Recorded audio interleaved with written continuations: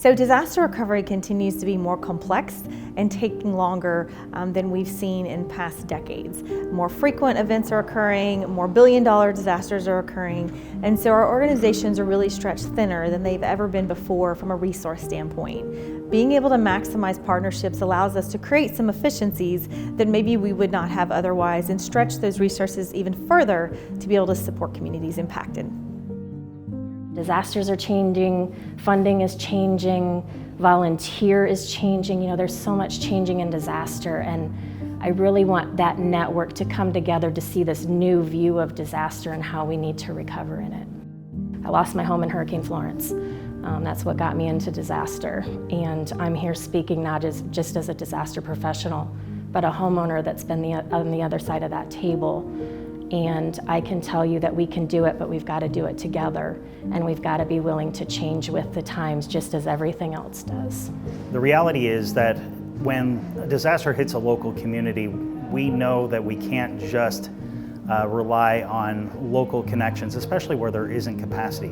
Worldwide puts United Way in a national arena that allows corporate partners, allows nonprofit partners and others all to come together under the same umbrella to help to fund and provide access to resources in a coordinated way that perhaps a local organization would not have access to otherwise.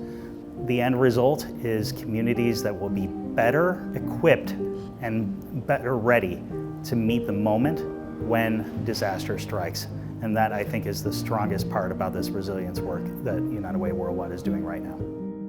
We know that the challenges that befall individuals and communities post-disaster recovery cannot be fulfilled by one organization, but we know and believe that being united is the way to make sure that all of our organizations that we work with can help meet those needs.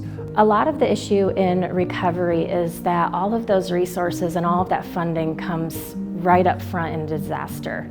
And that short-term recovery is wonderful. We need that support, but that funding quickly depletes. And disaster recovery isn't a 2-year thing. The biggest challenge is that the support moves with every disaster. So we have a very short-term vision on recovery, and we've really got to remember that long-term, because it's not over in 2 or 3 years.